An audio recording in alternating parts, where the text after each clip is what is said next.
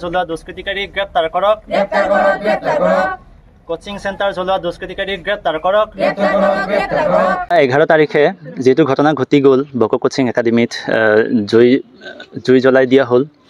আৰু সেইদিনাখন আপোনালোকে এটা কথা গম পাইছিলে যে সেইদিনাখন মই বিভিন্ন কাম কাজ কৰি মেলি ইয়াত ৰাতি থাকিব ওলাইছিলোঁ আৰু প্ৰায় 8 মান বাজিছে তেতিয়া আৰু সেই ৰাতি থকাৰ যেটো সিদ্ধান্ত শেষত কিবা কাৰণত মই ইয়াত নাথাকিলোঁ ৰাতি নাথাকিলোঁ কিন্তু ৰাতি থাকিলে হয়তো কি হ'লেতেন হেতু কথা মই নাজানো কিন্তু আমি তাৰ পিছত আসলতে এই যেটো অনুষ্ঠান এই অনুষ্ঠানটোৰ লগত আমি যথেষ্ট ডাঙৰ পৰিকল্পনা কিছুমান কৰি আছিলোঁ ছাত্ৰ ছাত্ৰীসকলৰ যেটো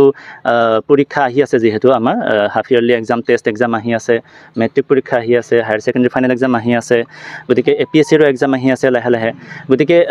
সেই এক্সামবিলাকৰ কাৰণে আমি এটা ডাঙৰ প্ৰিপাৰেচন কৰি আছিলোঁ আৰু সেই প্ৰিপাৰেচনটো কৰি থকা অৱস্থাত আমিতো নাজানো এনেকুৱা হ'ব বুলি কিন্তু এতিয়া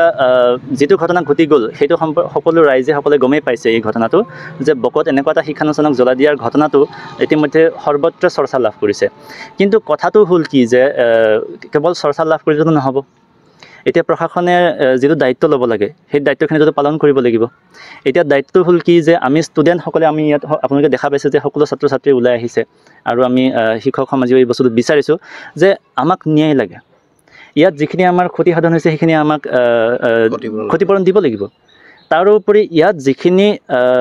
দুখী মানুহ আছে যিখিনি ইয়াক এই কামটো কৰিলে সেইসকলক এনে এৰি দিয়া কামটো সেইটো কিমান দূৰ সমীচীন হ'ব তেওঁলোকক দৃষ্টান্তমূলক শাস্তিটো দিব লাগিব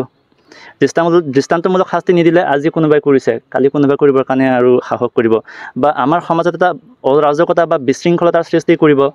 সৃষ্টি হ'ব যে বকো অঞ্চলত শিক্ষানুষ্ঠান এটাও জ্বলাই দিব পাৰি সমাজত এইটোৱে কি বাৰ্তা প্ৰেৰণ কৰিব আমাৰ সমাজৰ পৰা বা শিক্ষক সমাজে আমি এইটোৱে বিচাৰিছোঁ যে আমাৰ যিখিনি ক্ষতিপূৰণ হৈছে আমি ৰাজনীতিৰ কথা ইমান বুজি নাপাওঁ